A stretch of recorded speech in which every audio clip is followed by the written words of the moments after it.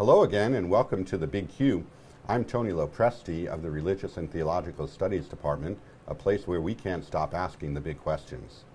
Today, however, we have a tragic and difficult topic to talk about, and that's prompted by the school shootings that we hear so often about these days. With me is Mr. Michael Caruolo, the Director of Safety and Security here at Salve, Regina University. And Mike, I have to say, it seems like a week doesn't go by when we don't hear about another school shooting somewhere in the United States. Is it me, or is this on the rise? Are we approaching epidemic proportions? Yeah, Tony, you're absolutely right. It is obviously, it's a very hot topic. It's often in the news. Really every day we're hearing about something in the United States regarding school violence. Since 2014, December of 2012, there have been 142 documented school shootings throughout the United States. There have been 52 school shootings in 2015 alone, 30 deaths with approximately 53 injuries. 21 of those 52 shootings have occurred on college or university campuses. So to use the word epidemic, I think that's accurate. It is something that it is in the news, and it is up for discussion, and clearly we have a problem. You know, it's hard to hear the statistics because it makes it so much more real. You know, as a parent who sends their children to school every day, it concerns me. But also as a professor at a university where 21, you said it's happened just this year? Correct. That too is of major cause of concern. It makes me wonder, should I arm myself in the classroom? Yeah, you know, and again, that's another topic of conversation that comes up often.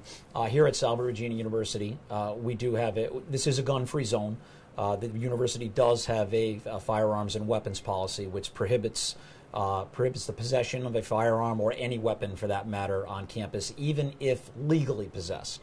And what that means is even if you have a permit to carry a firearm on campus, you are not authorized to do so on our property.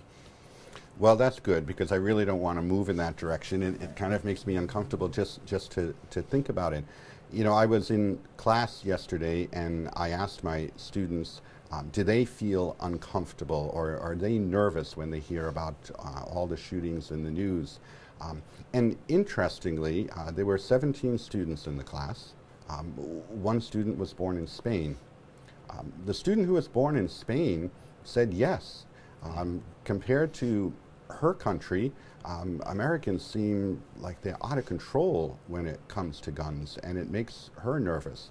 Whereas the other 16 sort of seem to be taking it almost for granted. Not overly casual, but it's a bit of a, you know, well, this is what the country is like, and we just learn to live and adapt to it. It makes me wonder, what kind of country have we created for ourselves? Yeah.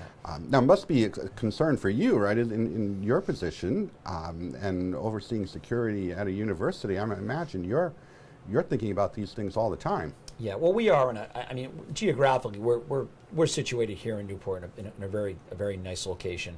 We're off the beaten path. You know, we are secure up here. We do have a local police department that is quite capable, well-trained and capable of responding to any kind of emergency situation that should arise on our campus.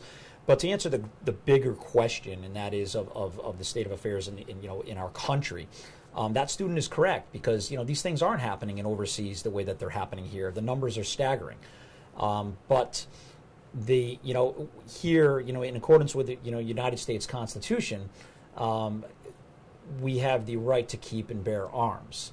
But now that amendment, under the Second Amendment, now the Second Amendment states clearly that we have the right to keep and bear arms, and that with a well-regulated militia, we will be safe and secure in our states. Now, the issue being there is the text well-regulated militia. Gun control comes to mind, because gun control is just as much a part of the Second Amendment as it is to keep and bear arms. There needs to be some regulation, some governance as to who it is that is possessing firearms in this country, because perhaps that's why we're having such a problem. Well, yes, certainly that's one of the arguments that out there. Many people think we need stronger gun control laws, stronger background checks, and maybe limitations for the type of arms that people can carry. Does that seem to make sense from your point of view? Yes, it does. I have 22 years of prior law enforcement experience, and I can tell you that I support the Second Amendment. I support the right to bear arms. I support individuals' rights to to be able to protect themselves, their property, their homes, their families.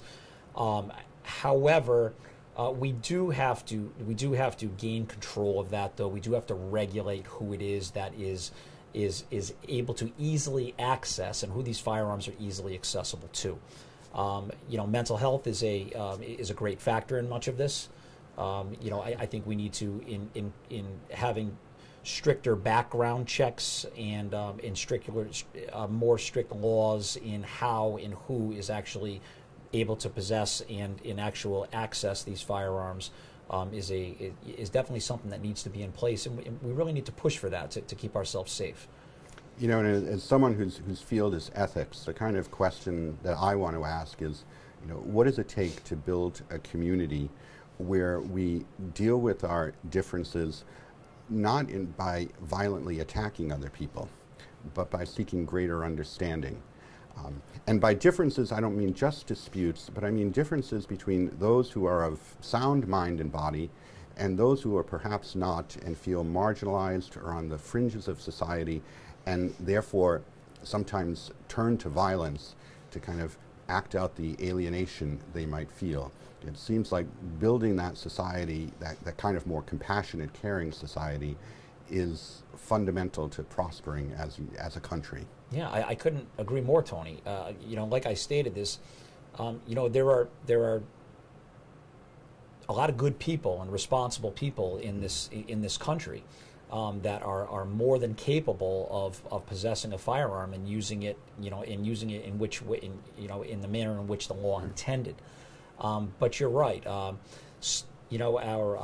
society itself, I don't think that perhaps we recognize exactly how much, how many people do need help, how many people are suffering from mental illness, and perhaps as a society we aren't recognizing that. Maybe not recognizing it at all, but not recognizing it soon enough. And in that, I definitely agree that tends to be it's a societal issue, absolutely. And I think it points to the fact that as a college in the Mercy tradition, what we are trying to do, the mission of the university, is all the more important given the world in which we live. But thank you very much for all the work you do day in and day out to make us safe on this campus, and thank you for joining us here on the Big Q. Absolutely, thank you. I hope you'll join us again for the next episode, but until then, remember, the good life is not so much about living large, but it is about asking big questions.